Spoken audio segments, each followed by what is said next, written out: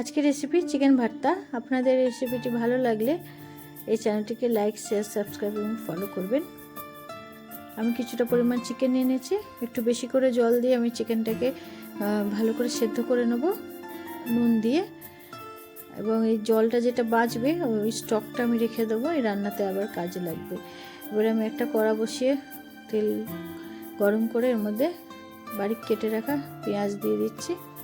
এটাকে একটু ভালো করে ভাজবো। এরপরে এর মধ্যে 1 চামচ পরিমাণ আদা দিয়ে দিলাম। এটাকে একটু জল দিয়ে এটাকে একটু কষবো যাতে পুড়ে না যায়, ওই জন্য জলটা দিলাম।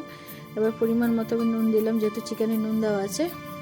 জিরের গুঁড়ো দিয়ে দিলাম 1 চামচ, ধনের গুঁড়ো দিলাম 1/2 চামচ, ঝাল পরিমাণ মতো দিয়ে দিলাম, কাশ্মীরি মির্চ 1 চামচ দিয়ে দিলাম। এবার এই সব মশলাকে একটু ভালো করে কষিয়ে নেব। এবারে এর মধ্যে আমি টমেটো গ্রেট করে নিয়েছিলাম, সেই টমেটো এর মধ্যে দিয়ে দিলাম।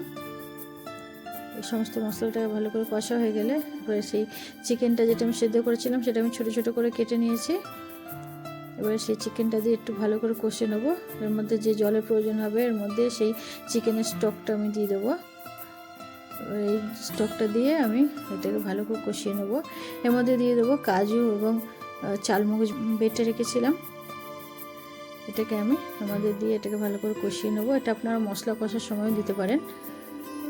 এবারে আমি চিকেন স্টকটা যা ছিল সবটা ঢেলে দিয়ে এটাকে আমি একটু ঢেকে ভালো করে রান্না করে নেব।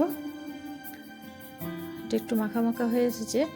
এই সময় আমি একটা ডিম সেদ্ধ করে নিয়ে সেটাকে আমি এর মধ্যে দিয়ে দিলাম পিস পিস করে। এরপরে দিয়ে দিচ্ছি কস্তুরি মেথি, একটুখানি আমি শুকনো কড়াই ভেজে নিয়ে আমি দিয়ে দিলাম।